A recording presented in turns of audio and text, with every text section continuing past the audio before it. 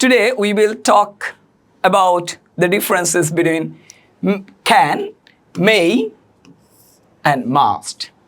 Even we found many students fluent in English, but they become confused about the use of may, can, and must. So today we're gonna explain the differences between can, may, and must, but not in details, briefly, right? Okay. So there are many usage. There are many usage of may, must, and can in English language. Today we will talk about Today we will talk about the differences, which is very essential for the beginners, right? Okay. So can, may, must. Let's begin. There are three sentences for better understanding, right? I can. The first sentence said, I can speak English. I can speak English. Okay, very well. The second sentence say, I may speak English. Yeah, I speak English. No difference. But the only difference between these two sentences is can and may. Okay. Now the third one.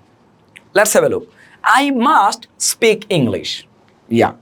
Here is also I speak English. There are no differences among the sentences, right? Okay. But the differences we find is in first sentence we used I can.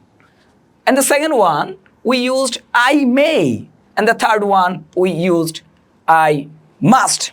Okay. So, have a look. Can denotes ability. Can talks about ability. Suppose I have ability to do something, right? I have ability. I can speak, I can sing, I can swim. Yeah, it means I am able to do this act. I am able to sing. I am able to speak. I am able to swim in the river, right? Okay. It talks about my ability, right? Okay. And then may. May talks about possibility and permission. I earlier mentioned there are many usage of may, can, and must, but today we will talk about those differences, which is very much essential for the beginners, right? Okay. So may talks about possibility and permission. So suppose I say, may I come in? It means I am seeking permission from someone, right? Suppose you were sitting in a chair inside the room and I was outside. I was just outside the room. I was seeking permission. So what should I say? May I come in? May I come in? So if you allow me, then I will enter. And if you don't allow me, I will not then. So may doesn't talk about my ability, rather it talks about possibility and permission. Suppose I say, I may speak English. In this situation of can, I said, I can speak English. I can speak English. It means I am able to speak English, right? Okay.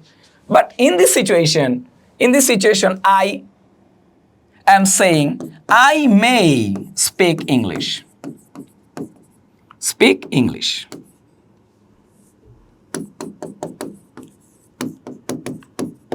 It means it doesn't talk about my ability, right? It talks about possibility. I may speak, maybe I will speak or not, right? It talks about the future, right? In this situation, I may talks about the future. Any action happen in future. So I may speak or not. Maybe I will speak in English or not. So may talks about possibility. Okay? Now what about must? Must generally talks about certainty and obligation. Certainty. Yeah, I must speak English. In our example sentences, we saw I must speak English. Suppose I am going to England, okay, this month. I'm going to England this month, okay. And if I reach in England, I must speak in English, right? I have to speak in English. That is obligation. That is obligation. I am bound to speak in English because if I don't speak in English, the people living in this country will not understand me, right? So certainty must talk about obligation or certainty. I must speak English. Speak English means I have to speak English, right? So this was the differences between may, must, and can. Soon we will back with some entertaining and exciting content. Till then, take care.